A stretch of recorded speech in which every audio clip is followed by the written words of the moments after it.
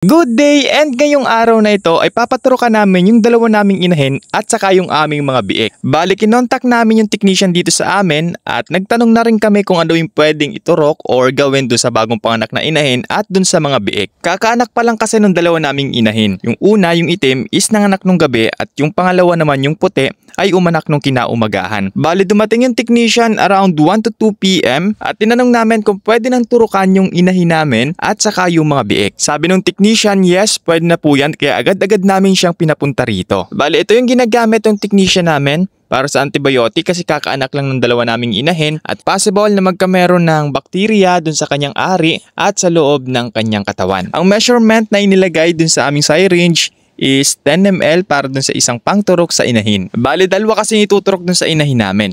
Isang antibacterial or antibiotic at isa dun sa pampabilis na pang-recover or pampalakas ng immune system ng aming inahin. Dito sa may part ng batok tinuturukan yung mga inahin, medyo matagal lang talaga yung ginawa ng technician namin na pagmamassage sa kanyang batok kasi the more na minamassage natin ng matagal yung part na tuturukan dun sa ating inahing baboy, the more na hindi niya mararamdaman yung turok kasi nasasanay na siya na may nakahawak sa kanya. Natatakot nga kami nung una kasi kala namin pag nasaktan yung aming inahin kasi tuturukan is magwawala. Pero buti na lang, okay na okay kasi magaling yung nagturok din sa aming inahin. Alam na alam nung technician yung kanyang gagawin. Kaya kung mapapansin nyo, halos hindi ramdam nung inahing baboy namin yung pagturok ng technician dun sa kanyang batok. Almost 12 hours din bago namin napaturukan yung aming itim na inahin kasi hinintay na namin mga anak yung aming puting inahin kasi nagli-labor na rin naman siya nung gabi, so possible talaga na anak siya nung maga. Para isang punta na rin nung aming technician kasi malayo nga kami sa bayan. Yung pangalawang ituturok dun sa aming inahin, yung kulay red ang lagayan, ay vitamins para mas mabilis makarecover yung aming inahin. Kumbaga, pampalakas ng immune system ng isang inahin after manganak kasi mahina pa talaga sila, mahina pa yung kanilang katawan at bawal pa talaga pakainin after manganak. Kaya dapat supported sila ng vitamins. Sa pagtuturok ng inahin, hindi pwedeng sa isang part mo lang ng katawan ng baboy ituturok ang vitamins at saka ang antibiotic. Katulad nung ginawa ng technician namin dito, sa kabilang side yung antibiotic at sa kabilang side naman yung vitamins. Sabi nila much better daw na paturukan agad yung inahin after manganak. And finally, ayan, tapos ng turukan yung aming itim na inahin. Proceed na tayo dito sa aming puting inahin. So dapat ganito yung proper time ng pagtuturok after niya manganak is tuturukan agad. Yun nga lang sa case ng itim namin is na-delay kasi hinintay nga namin yung panganak ng puti naming inahin and at the same time gabi na natapos kaya wala ng technician na pwede naming matawagan. Bali same lang sila ng measurement, same lang ng ginamit na gamot or ng vitamins at saka ng antibiotic dun sa dalawa naming inahin. Alam nyo sa pag-aalaga ng inahin at saka pagpapaanak ng mga inahin na baboy, kailangan dedicated ka talaga kasi hindi rin biro yung gugugulin mo na oras, yung effort, yung sacrifice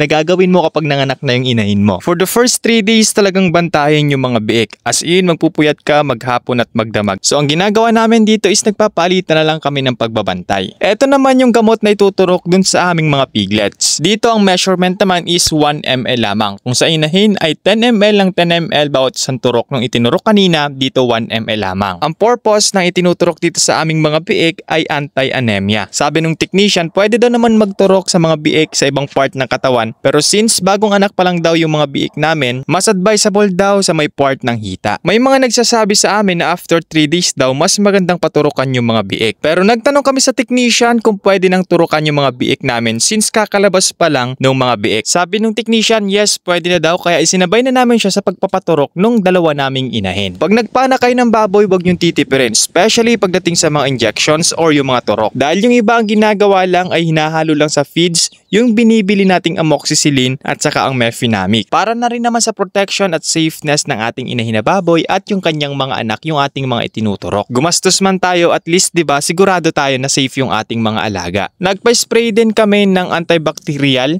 para ma-prevent yung langaw at saka yung mga worm dun sa sugat, dun sa ari ng aming inahin. And ayan, natapos na kami sa pagpapaturok ng aming mga baboy, sa aming mga piglets. Ready for vaccination na ulit sila after 14 days, which is next week na yon, kasabay ng pagkakapo nila. Nakalimutan kong sabihin dun sa pagtuturok na dapat iba-iba yung needle na gagamitan. Like iba sa biik, iba dun sa isang inahin, at iba pa dun sa isang inahin. Mayroon din tayong mainit na tubig yung nasa tabo para sterilize natin yung mga needle bago gamitin. Bali lahat-lahat ng nagastos namin sa vaccination nila ay 1,020, 350 sa isang inahin, 2 turok at 20 pesos per turok sa isang biik. Kita-kita po ulit tayo sa susunod na vaccination at sa kanilang pagkakapon.